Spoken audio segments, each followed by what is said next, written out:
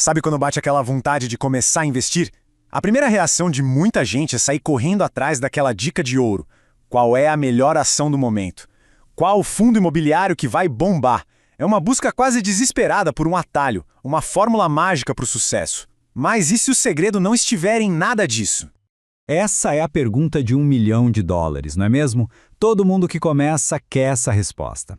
É uma ansiedade supernatural, mas que, olha, pode acabar colocando quem está começando no caminho totalmente errado logo de cara. É isso mesmo. Para tudo, antes de pensar em qual ativo comprar, antes mesmo de abrir a conta na corretora, respira fundo. Porque existe um passo antes de tudo isso. Um passo crucial que, de verdade, separa quem constrói riqueza de verdade daqueles que ficam só patinando no mesmo lugar. E esse passo é o que a gente vai chamar aqui de etapa zero. É a fundação, a base de tudo.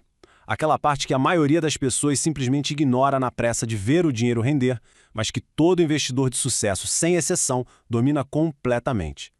A etapa zero não tem nada de glamouroso, viu? Não é sobre retornos explosivos ou ficar rico da noite para o dia. É sobre organização, disciplina, sobre arrumar a casa. É aquele trabalho de bastidor, sabe? Aquele que ninguém vê, mas que garante que o espetáculo principal, os seus investimentos, seja um sucesso. E essa frase aqui resume tudo perfeitamente. Pensa comigo. Não adianta nada ter o carro de corrida mais rápido do mundo se a pista está cheia de buracos e o piloto não sabe nem trocar de marcha. Primeiro a gente arruma a pista, a gente constrói essa base financeira sólida. Depois, a gente acelera. Então, vamos lá. O primeiro pilar dessa fundação é o diagnóstico. É como tirar um raio-x completo das suas finanças. É impossível tratar um problema sem saber exatamente onde ele está. E aqui a honestidade tem que ser brutal. É olhar para os números sem filtro e sem desculpa. E como se faz esse raio-x? 3 passos simples. Primeiro, quanto dinheiro entra exatamente todo mês? O valor líquido na conta. Segundo, e aqui é o grande desafio, por 30 dias anotar absolutamente tudo o que sai, do aluguel ao cafezinho na esquina. E terceiro, pegar essa lista de gastos e separar em categorias. O que é essencial para viver, o que é um conforto, um estilo de vida e o que, sendo bem sincero, é totalmente supérfluo. Ok, com esses dados todos na mão, é preciso ter um sistema. Um orçamento, gente, é como o painel de controle de um avião. Sem ele, o voo é completamente às cegas. Pode ser uma planilha, um aplicativo, até um caderno.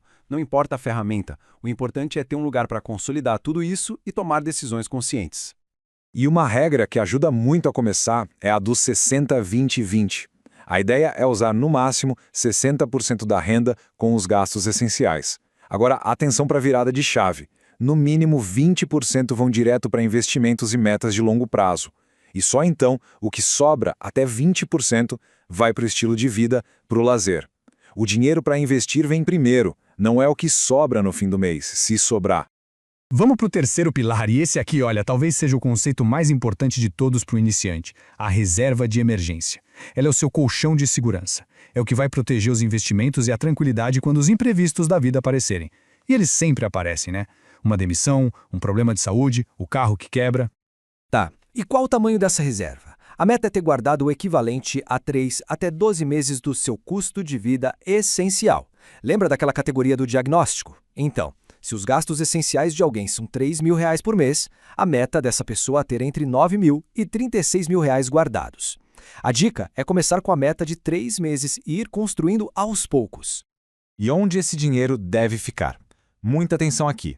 O foco da reserva é segurança e liquidez, ou seja, poder pegar o dinheiro rápido quando precisar.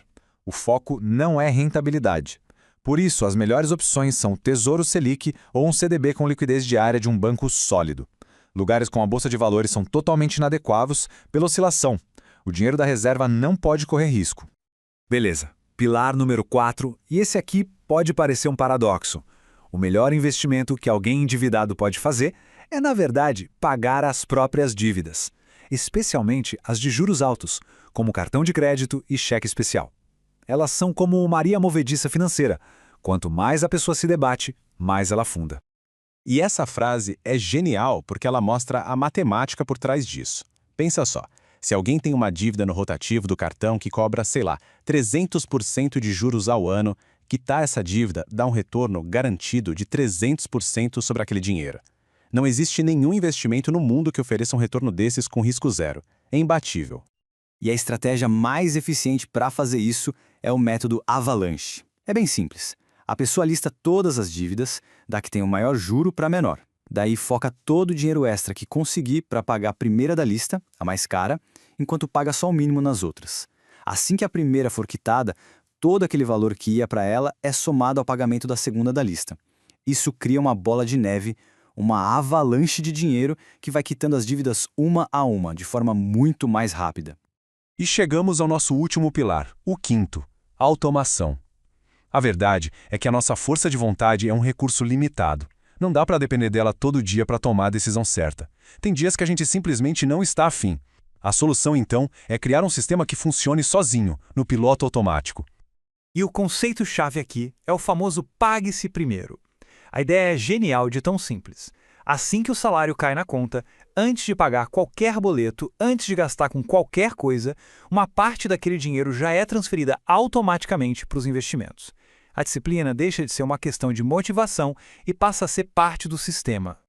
E o melhor é que hoje isso é muito fácil de fazer na prática. Dá para agendar compras mensais de títulos do Tesouro Direto, configurar aplicações recorrentes em fundos de investimento na corretora ou, mais simples ainda, programar uma transferência automática todo dia do pagamento para uma conta separada que é só para investir.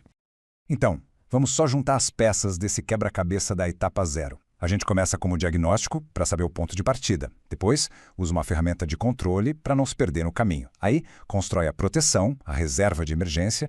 Em seguida, parte para a eliminação das dívidas caras que atrasam a vida. E, por fim, coloca tudo no piloto automático com a automação. É um sistema completo.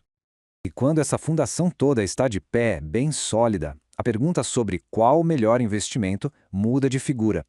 Investir deixa de ser um salto de fé no escuro e se torna a consequência lógica, o passo natural e seguro de uma vida financeira organizada. E para a gente fechar, fica aqui uma reflexão. Depois de ver todos esses pilares, qual parece ser a maior barreira pessoal para se organizar financeiramente? É a falta de tempo? É o medo de encarar os números de frente? É achar que não ganha o suficiente? Identificar qual é essa barreira, esse é o verdadeiro primeiro passo para começar a construir a liberdade financeira.